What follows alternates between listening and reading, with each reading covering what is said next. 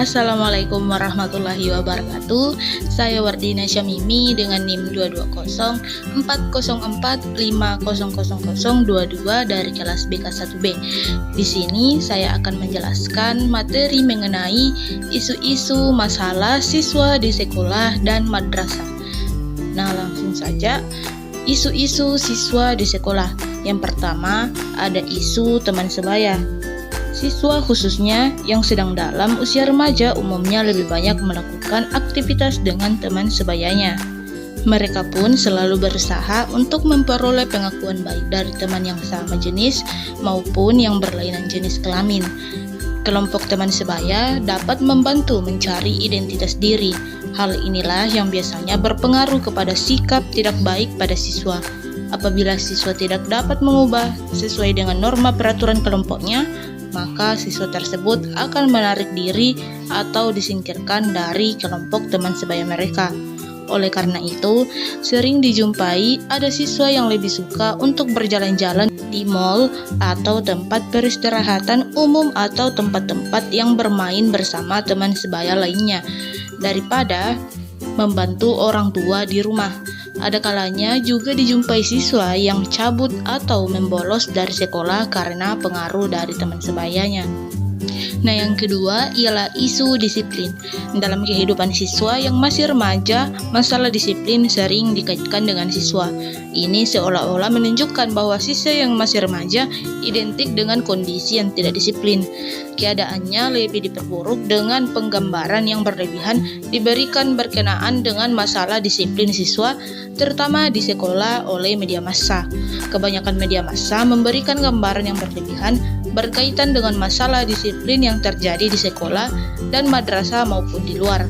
Sebaliknya, media massa jarang berfokus kepada kesuksesan atau keberhasilan yang diraih oleh para siswa, seperti dalam bidang akademik, olahraga, pelayanan masyarakat, aktivitas sosial, dan sebagainya. Kemudian yang ketiga ialah isu pacaran. Di usianya yang masih remaja, perasaan ingin disayangi dan menyayangi merupakan hal yang lazim dan lumrah. Biasanya perasaan ini selalu diiringi dengan pacaran antar siswa. Namun ada kalanya siswa terlalu berlebihan dalam mengekspresikannya, sehingga menimbulkan salah laku seperti bermesraan di tempat umum.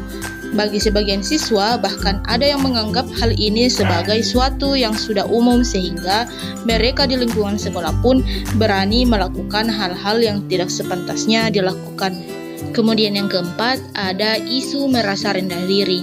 Siswa yang mempunyai perasaan ini biasanya menjadi pendiam, pemalu, tidak suka bergaul, mudah tersinggung, dan kurang termotivasi dalam pelajaran. Banyak sebab siswa mempunyai perasaan rendah diri. Di antara sebabnya adalah kecacatan anggota tubuh, merasakan dirinya tidak menarik, tidak pandai berkomunikasi, taraf sosioekonomi yang rendah, dan tidak pandai bergaul dengan teman sebaya lainnya.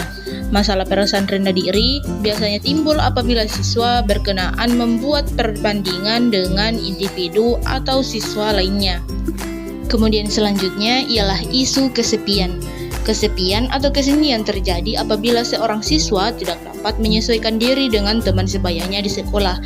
Siswa yang kesepian biasanya tidak dapat mengikuti norma atau aturan teman sebayanya.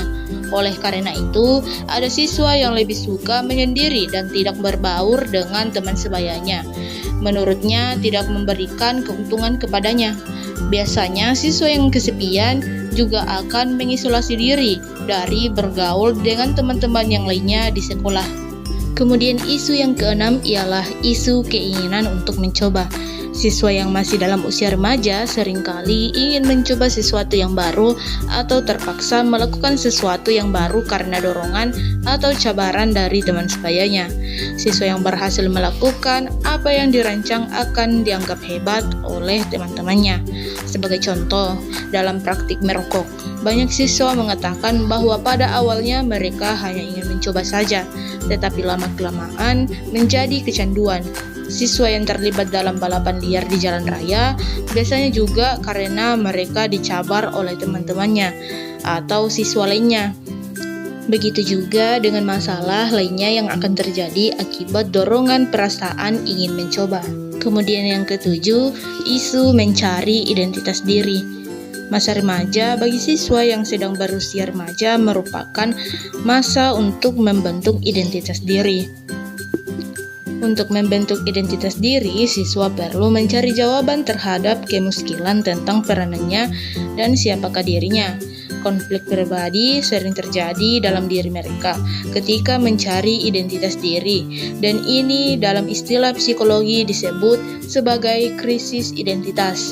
Dalam mencari identitas dini, biasanya siswa banyak melakukan aktivitas-aktivitas yang membuat pusing para orang tua, guru-guru di sekolah, dan masyarakat di luar.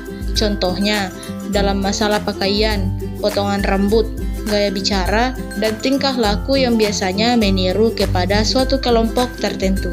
Kemudian yang kedelapan ialah isu prestasi akademik. Prestasi akademik menjadi isu perlunya pelayanan bimbingan dan konseling terhadap siswa karena biasanya prestasi akademik menjadi indikator keberhasilan pembelajaran. Artinya, siswa yang memperoleh nilai rendah biasanya dianggap siswa yang tidak sukses. Untuk memperoleh kesuksesan di masa depan, prestasi akademik yang baik merupakan suatu keniscayaan. Banyak di antara siswa yang prestasi akademiknya rendah, mereka berhenti dari sekolah. Bahkan di antara siswa yang prestasi akademiknya rendah tidak mengganti dengan aktivitas alternatif lain seperti olahraga dan sosial, tetapi malah terlibat dalam aktivitas negatif. Kemudian yang kesembilan ialah isu gagal ujian. Banyak di kalangan siswa yang gagal dalam ujian, terutama ujian akhir. Walaupun mereka sukses dalam ujian, terutama ujian akhir atau UN, tetapi banyak di antara mereka yang memperoleh nilai rendah. Biasanya siswa gagal di sekolah mudah diidentifikasi dari laporan akademik mereka. Guru harus memastikan kelompok siswa ini supaya bantuan dapat diberikan kepada mereka dan bukan hanya dibiarkan saja. Bantuan kepada mereka dapat menghindarkan mereka dari terlibat aktivitas negatif yang dapat merusaknya. Kemudian yang ke-10 ialah isu konsep diri. Konsep diri sangat penting dalam kehidupan siswa karena ia menentukan pemikiran dan cara hidup siswa tersebut. Seringkali, siswa yang mempunyai konsep diri yang positif cenderung untuk mencapai kesuksesan dalam berbagai bidang yang dimasuki. Perubahan konsep diri ini bergantung kepada interaksi sosial individu tersebut dengan sesama lingkungannya. Dalam hal ini, semakin banyak seseorang bergaul, semakin bertambah pengalamannya. Ini akan membantu siswa yang bersangkutan untuk mengenali lebih mendalam tentang diri sendiri dan memungkinkan dia mencari jalan untuk memperbaiki dirinya. Kemudian yang ke-11 ialah isu karir. Proses membuat keputusan karir dalam kehidupan siswa adalah sangat penting. Oleh karena itu, usaha membantu siswa membuat keputusan tersebut juga sama pentingnya. Banyak kajian menunjukkan bahwa siswa sekolah menengah menghadapi masalah tidak mampu untuk membuat perencanaan karir secara sistematik akibat tidak mempunyai informasi yang dibutuhkan. Kajian Suradi menemukan bahwa umumnya siswa yang mempunyai cita-cita untuk melanjutkan pendidikan dan pelatihan ke tingkat tinggi dan ingin mempunyai pekerjaan yang mereka anggap baik dan layak mempunyai informasi karir yang terbatas. Sumber informasi mereka hanyalah keluarga dan teman-teman. Oleh karena itu, guru pembimbing di sekolah berperan menjadi sumber untuk siswa memperoleh informasi. Kemudian yang ke-12 ialah isu globalisasi dan perkembangan teknologi. Situasi global di satu pihak membuat kehidupan semakin kompetitif dan membuka peluang tinggi bagi manusia mencapai status dan derajat kehidupan yang lebih baik. Untuk mengatasi masalah akibat globalisasi dan teknologi, khususnya di kalangan siswa, perlu dipersiapkan sumber daya manusia yang berkualitas, yang sehat jasmani dan rohaninya, bermoral atau berakhlak baik, menguasai ilmu pengetahuan dan teknologi. Usaha mempersiapkan sumber daya manusia yang berkualitas dapat dilakukan salah satunya melalui pelayanan bimbingan dan konseling. Peluang untuk memperoleh pendidikan untuk melanjutkan pendidikan pada hari ini adalah jauh lebih banyak dibandingkan beberapa tahun yang lalu. Peluang yang banyak, semangat pendidikan yang beragam, di samping berbagai jenis dan bidang yang baru yang diperkenalkan dapat menimbulkan kebingungan dan kekeliruan di kalangan siswa yang dalam pemilihan bidang pendidikan dan latihan yang sesuai dengan minat dan kemampuan mereka. Di samping pemilihan yang membingungkan, siswa sekarang juga dihantui dengan persoalan sama ada mata pelajaran dan bidang yang dipilih akan terus relevan dan diperlukan dalam pasar kerja setelah mereka tamat pendidikan nanti atau tidak. Kemudian selanjutnya ialah materi mengenai masalah-masalah siswa di sekolah dan madrasah. Siswa di sekolah dan madrasah sebagai manusia atau individu dapat dipastikan memiliki masalah, tetapi kompleksitas masalah-masalah yang dihadapi oleh individu yang satu dengan yang lainnya tentulah berbeda-beda. Secara singkat, pada pengantar di atas telah disebutkan masalah-masalah individu. M. Han dan Bakran Az-Zikri 2004 mengklasifikasikan masalah individu termasuk siswa sebagai berikut. Yang pertama, masalah individu yang berhubungan dengan Tuhannya ialah kegagalan individu dalam melakukan hubungan secara vertikal dengan Tuhannya, seperti sulit menghadirkan rasa takut, memiliki rasa tidak bersalah atau dosa yang dilakukan, sulit menghadirkan rasa taat, merasa bahwa Tuhan senantiasa mengawasi perilaku sehingga individu merasa tidak memiliki kebebasan. Kemudian yang kedua, masalah individu berhubungan dengan diri sendiri adalah kegagalan yang bersikap disiplin dan bersahabat dengan hati nurani yang selalu mengajak dan menyuruh dan membimbing kepada kebaikan dan kebenaran Tuhannya. Dampaknya adalah muncul sikap was-was, ragu-ragu, berprasangka buruk atau suuzon, rendah motivasi dalam banyak hal yang tidak mampu bersikap mandiri. Yang ketiga ialah masalah individu berhubungan dengan lingkungan keluarga, misalnya kesulitan atau ketidakmampuan mewujudkan hubungan yang harmonis antara anggota keluarga seperti antara anak dengan ayah dan ibu, adik dengan kakak, dan saudara-saudara lainnya. Kondisi ketidakharmonisan dalam keluarga menyebabkan anak merasa tertekan, kurang kasih sayang, dan kurangnya keteladanan dari orang tua.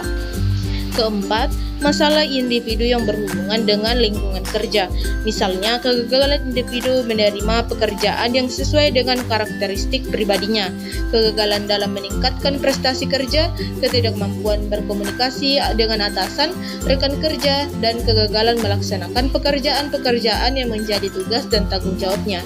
Kemudian yang kelima ialah masalah individu yang berhubungan dengan lingkungan sosialnya, misalnya ketidakmampuan melakukan penyesuaian diri atau adaptasi, baik dengan lingkungan tetangga, sekolah, dan masyarakat, atau kegagalan bergaul dengan lingkungan yang beraneka ragam, watak, sifat, dan perilaku. Semua masalah di atas harus diidentifikasi oleh guru pembimbing di sekolah dan madrasah, sehingga bisa menetapkan skala prioritas masalah mana yang harus dibicarakan terlebih dahulu dalam pelayanan bimbingan dan konseling. Masalah-masalah di atas juga harus menjadi pertimbangan bagi guru pembimbing di sekolah dan madrasah dalam menyusun program bimbingan dan konseling. Nah, mungkin itu saja penjelasan materi dari saya mengenai isu-isu masalah siswa di sekolah dan madrasah. Kurang dan lebihnya mohon dimaafkan. Wassalamualaikum warahmatullahi wabarakatuh.